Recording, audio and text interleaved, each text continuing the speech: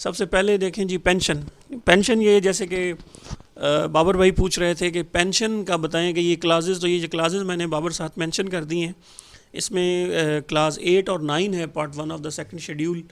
तो ये अगर आप वहाँ पे जाके लॉ में देखेंगे या लॉ की जो भी आप बुक इस्तेमाल कर रहे हैं, प्रैक्टिकल बुक, तो वहाँ पे ये आपको मिल जाएगी, वहाँ पे इसकी ट्रीटमेंट। तो पेंशन जैसे आपको पता है कि आर्म फोर्सेस की पेंशन, फेडरल या जो गवर्नमेंट के इदारे हैं, प्रोविंशियल गवर्नमेंट के इदारे हैं, उनकी जो पेंशन मिलती है वो एग्जम्प्ट होती है, एक चीज़। दूसरी चीज़ ये होती है कि अगर कोई डिपेंडेंट्स हैं जो कि पब्लिक सर्वेंट हैं या member of the arm forces हैं, तो डेथ की सूरत में उनकी फैमिली को जो पेंशन मिलती है, जिसको फैमिली पेंशन कहते हैं, वो भी एग्जम्प्ट होती है।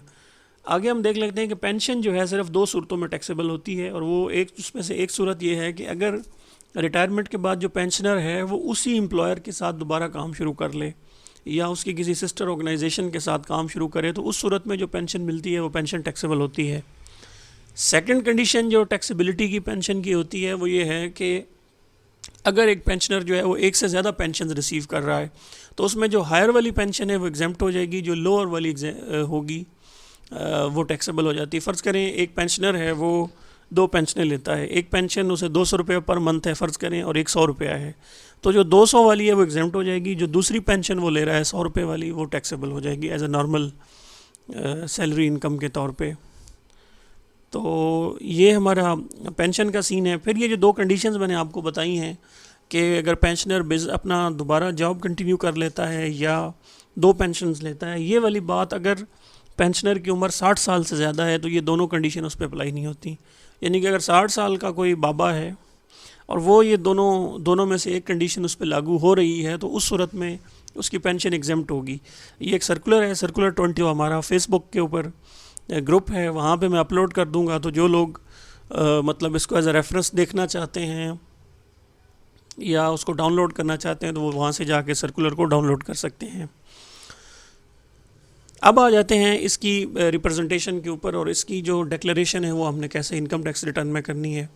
अब जैसे कि आपको पता है कि अगर आप मंथली पेंशन्स ले रहे हैं और ज़ाहिर साल के बाद जब आप रिटर्न फाइल करते हैं तो वो 12 पेंशन्स आपके अकाउंट में आ चुकी होती हैं, या बाज़ सूरतों में आप एज इन कैश ले चुके होते हैं।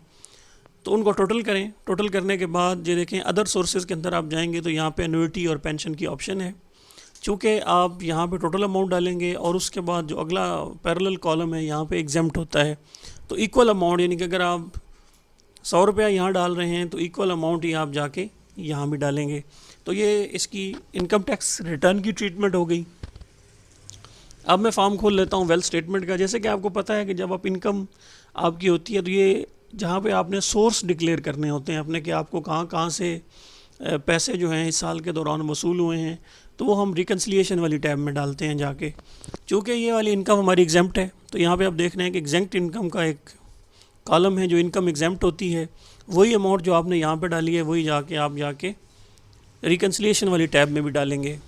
इसके अलावा एसेट्स और लाइबिलिटीज़ की टैब में भी इसका इम्पैक्ट आता है। वो आता है कि या वो बैंक में पड़ी है तो बैंक का बैलेंस आप लिखते हैं, वैसे भी कैश में है तो कैश लिख दें, या आपने इसी से कोई एसेट्स लिया है तो वो जाके आप पर्सनल एसेट्स वाली टैब के अंदर जो है वो तो वैसे भी आपने डालना है।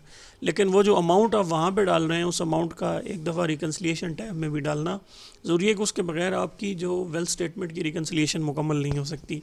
तो ये पार्ट था जी पेंशन का। हमने उसकी ट्रीटमेंट देख ली, उसकी क्लासेस देख ली, किन 2 सूरतों में पेंशन टैक्सेबल होती है। फिर ये 2 कंडीशंस जो हैं वो ज़ाहिर 60 साल से ज़्यादा उम्र का पेंशनर है उस पर लागू नहीं होती।